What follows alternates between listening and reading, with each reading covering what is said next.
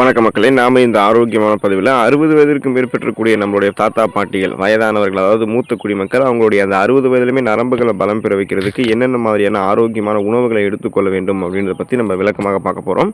இன்றைய தலைமுறையினர் நரம்பு சம்மந்தப்பட்ட பிரச்சனைகள் அவதிப்படுறாங்க, இளம் தலைமுறையினரும் அவதிப்படுறாங்க. அதே போல் வயதானவர்களுக்கும் நரம்பு சார்ந்த பிரச்சனைகள் இருக்குங்க. இதன் மூலமாக அவங்களுக்கு நடுக்கம் உடலில் ஏற்படுவது, சோர்வு, களைப்பு, தலைவலி, நிலை தடுமாற்றம், கால் மற்றும் கைகள் இருக்கக்கூடிய நரம்புகள் இழுக்கக்கூடிய தன்மை போன்ற பிரச்சனைலாம் உண்டாகுது. பொதுவாக நரம்புகளை பலம் பெற வைத்துக் கொள்ள வேண்டும் என்று நினைக்கிறவங்க நரம்புகளுக்கு ஊட்டச்சத்து அதிகமாக தரக்கூடிய உணவுகளை சாப்பிடணுங்க. ஸோ அந்த உணவுகள்லாம் என்னென்ன அப்படின்றத பற்றி ஒவ்வொன்றா தெளிவாக விளக்கமாக பார்ப்போம். அதை பற்றி பார்க்குறதுக்கு முன்னாடி இந்த வீடியோவுக்கு மட்டும் ஒரு லைக் கொடுத்துட்டு இந்த தகவலை உங்களுக்கு தெரிஞ்சவங்களுக்கும் ஷேர் பண்ணிவிடுங்க. ஏன்னா இது அவங்களுக்கும் பயனுள்ளதாக இருக்கக்கூடிய ஒரு ஆரோக்கியமான பதிவு தான். இது போன்ற அப்டேட்ஸ்கள் நீங்கள் தொடர்ந்து பார்க்குறதுக்கு நம்மளுடைய ஹெல்த் நியூஸ் தமிழ் சேனலை மறக்காமல் சப்ஸ்கிரைப் பண்ணி வச்சுக்கோங்க. பக்கத்தில் இருக்கக்கூடிய பெல் பட்டனையும் கிளிக் பண்ணி ஆல் அப்படின்ற ஆப்ஷனையும் செட் பண்ணி வச்சுக்கிட்டீங்க அப்படின்னா நாங்கள் போடக்கூடிய எல்லா அப்டேட்ஸும் உங்களுக்கு நோட்டிஃபிகேஷன் அடிக்கடி சேரும். சரிவாங்க மக்களே, இப்போ வீடியோக்குள்ளே போயிடலாம். 60 வயதிற்கு மேற்பட்டவர்கள் நரம்புகளை பலம் பெற வைத்துக் கொள்வதற்கு விதைகள் மற்றும் நட்ஸ் தினமும் ஒரு கைப்பிடி அளவு எடுத்துக்கொள்ளலாம். வால்நட்ஸ், பாதாம், ஆளி விதைகள் போன்றவை அத்தியாவசிய கொழுப்பு மிலங்களை கொண்டிருக்கின்றன. இந்த கொழுப்பு மிலங்கள் தான் ஆரோக்கியமான சருமம், நரம்புகள் மற்றும் உயிரணு சவ்வுகளை பெறுவதற்கு உதவிகரமாக இருக்கு. அதோடு இவற்றில் விட்டமின்கள், கனிமச்சத்துக்கள் மற்றும் புரோட்டீன் போன்றவையும் அதிகமாக நிறைந்திருக்குங்க. குறிப்பாக நீங்கள் விதைகள் மற்றும் நட்ஸு சாப்பிடும் போது குறிப்பாக பிஸ்தாவுக்கு இன்னும் கொஞ்சம் கவனம் கொடுத்து அதை எடுத்துக்கோங்க. முதன்மையாக அதை சேர்த்துக்கோங்க. பிஸ்தாவில் விட்டமின் பி எனும் தயாரிப்பு சத்து வளமான இருக்கிறதால இது நரம்புகளினுடைய ஆரோக்கியத்திற்கு மிகவும் முக்கியமானதுங்க. ஸோ நீங்கள் தினமும் ஒரு கைப்பிடி அளவு விதைகள் மற்றும் நட்ஸை தினந்தோறும் எடுத்துக்கிட்டீங்க அப்படின்னா உங்களுடைய நரம்புகள் அந்த 60 வயதிலுமே பலம் பெற ஆரம்பிக்கும்.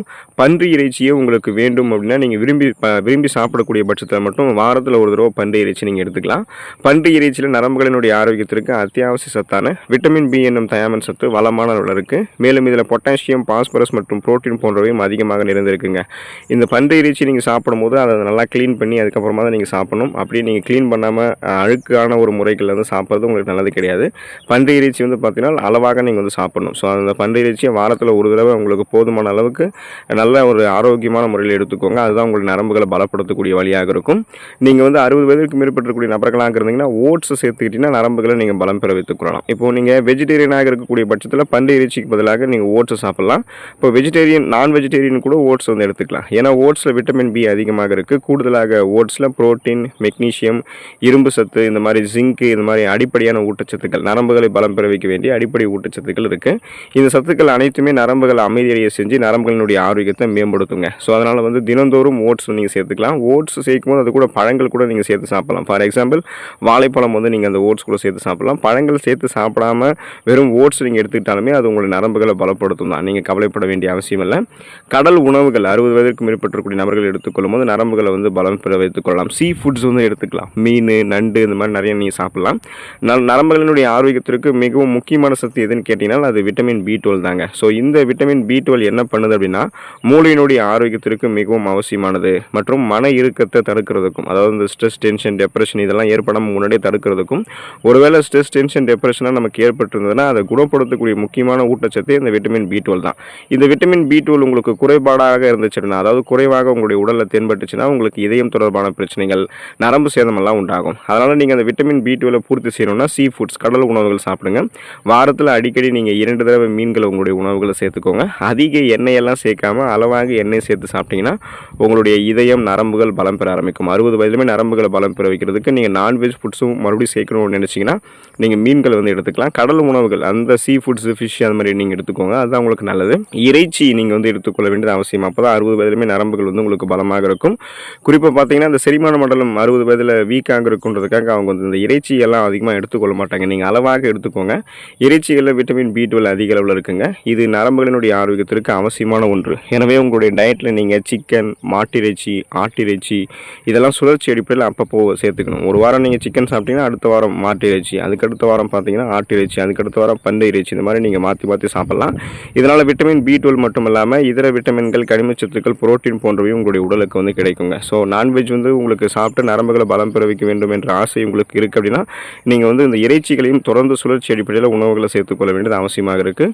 முழு தானியங்கள் தினமும் நாம் எடுத்துக்கொள்ளும் போது 60 வயதிலுமே நரம்புகளை பலம் பெற வைத்துக் கொள்ளலாம். முழு தானியங்களான கைக்குத்தல் அரிசி, பார்லி என்று சொல்லக்கூடிய வார்கோது கோதுமை, திணை போன்றவற்றில் விட்டமின் பி அதிகம் இருக்குங்க. விட்டமின் பி நரம்புகளினுடைய ஆரோக்கியத்திற்கு அவசியமானது. வளரக்கூடிய குழந்தைகள் ஆரம்பித்து இளைஞர்களை தொடங்கி முதியவர்கள் வரைக்கும் அனைவருக்குமே விட்டமின் பி12 வந்து ரொம்ப ரொம்ப இம்பார்ட்டன்ட். ஸோ அப்போ நம்ம வந்து முழு தானியங்களை தொடர்ந்து உணவுகளை சேர்த்துக்கொள்ள வேண்டியதில் கவனம் செலுத்தணுங்க. குயினோவா, பழுப்பு அரிசி, ஓட்ஸ் மற்றும் முழு கோதுமை ரொட்டி போன்ற ஆரோக்கியமான முழு தானியங்கள் எடுத்துக்கொண்டோம் அப்படின்னா 60 வயதிலும் நரம்புகளை வந்து நம்ம பலம் பெற வைத்துக் கொள்ளலாம். பால் மற்றும் பால் பொருட்கள் நம்ம எடுத்துக்கொள்ளும் போது நரம்புகள் நமக்கு பலம் பெற ஆரம்பிக்கும். நரம்புகளினுடைய ஆரோக்கியத்திற்கு மற்றொரு முக்கியமான சத்து எதுன்னு கேட்டிங்கன்னா அது பொட்டாசியம். ஸோ இப்படிப்பட்ட பொட்டாசியம் வந்து மில்க் ப்ராடக்ட்ஸ், அந்த பால் பொருட்கள்லாம் அதிகமாக இருக்குது. பால், தயிர், மோர், வெண்ணெய் இது எல்லாத்துலேயுமே கால்சியம் மட்டும் இல்லாமல் பொட்டாசியமும் அதிகமாக இருக்குங்க. ஸோ பொட்டாசியம் இருந்திருக்கக்கூடிய பிற உணவுப் பொருட்களான இறைச்சி, பச்சை இலை காய்கறிகள், மீன் போன்றவற்றையுமே நீங்கள் சுழற்சி அடிப்படையில் உங்களுடைய உணவுகளை சேர்த்துக்கொண்டீங்க அப்படின்னா உங்களுடைய அந்த நரம்புகளை 60 வயதில் நீங்கள் பலம் பெற வைத்துக் கொள்ளலாம். 60 வயதிற்கு மேற்பட்டிருக்கக்கூடிய நபர்கள் வந்து தினந்தோறும் பழங்களை தங்களுடைய உணவுகளில் வந்து சேர்த்துக்கொள்ளும் போது நரம்புகளை அந்த 60 வயதிலுமே பலம் பெற வைத்துக் கொள்ளலாம். அப்போ குழந்தைகள் ஆரம்பித்து இளைஞர்களை தொடங்கி குறிப்பாக வயதானவர்களெல்லாம் தினமும் ஏதாவது ஒரு பழங்களை தங்களுடைய உணவுகளை சேர்த்து சாப்பிடும்போது நரம்பு சம்மந்தப்பட்ட பிரச்சனைகளிலிருந்து விடுபடலாம். பொதுவாக வந்து பழங்களில் நம்ம உணவுகளை சாப்பிட்டு முடிக்கிறதுக்கு முன்னாடி சாப்பிடக்கூடிய ஒரு சில பழங்களும் இருக்கும், உணவுகளை சாப்பிட்டு முடிச்சதுக்கு அப்புறம் சாப்பிடக்கூடிய பழங்களும் இருக்கும். எதுவாக இருந்தாலும் சுழற்சி அடிப்படையில் தினமும் ஒரு பழம் நீங்கள் உணவுகளை சாப்பிட்டு முடிச்சதுக்கப்புறம் சாப்பிட்றீங்களோ அல்லது உணவுகளை சாப்பிட்றதுக்கு முன்னாடி சாப்பிட்றீங்களோ வாட் எவர் இட் இஸ், அது எதுவாக இருந்தாலும் பழங்களே அன்றாட உணவுகளை சேர்த்துக்கிட்டீங்கன்னா பழங்கள் இருக்கக்கூடிய விட்டமின் சத்துக்கள், ஊட்டச்சத்துக்கள், கனிமச்சத்துக்கள் இவை அனைத்துமே உங்களுடைய நரம்புகள் இருக்கக்கூடிய இறுக்கங்களை தளர்த்தி 60 வயதிலுமே நரம்பு தளர்ச்சி உள்ளிட்ட பல்வேறு விதமான நரம்புகள் சார்ந்த பிரச்சனைகள் வந்து உங்களை விடுபட வைக்குங்க.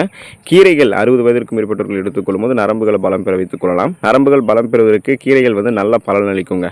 பொதுவாக பார்த்தீங்கன்னா பொன்னாங்கண்ணி கீரை, மணத்தக்காளி கீரை எல்லாம் நீங்கள் தொடர்ந்து சுழற்சி அடிப்படையில் சாப்பிடும்போது நரம்புகளை பலப்படுத்திக்கலாம். தினமும் சுழற்சி அடிப்படையில் நீங்கள் கிரீன் வெஜிடபிள்ஸ் என்று சொல்லக்கூடிய பச்சை இலை காய்கறிகளை எடுத்துக்கணும். ஸோ அதை வந்து நீங்கள் தினமும் வந்து உங்களுடைய உணவுகளை காய்கறிகளை ஆட் பண்ணி ஆகணும். அது பொரியலாக சாப்பிட்றீங்க அல்லது அதுவே வந்து நீங்கள் முழு காய்கறியாக உணவுகளில் குழம்புகளில் சேர்த்துக்கிறீங்க அப்படின்னாலும் சாம்பாரில் சேர்த்துக்கிறீங்க அப்படின்னாலும் அது ஓகே தான்.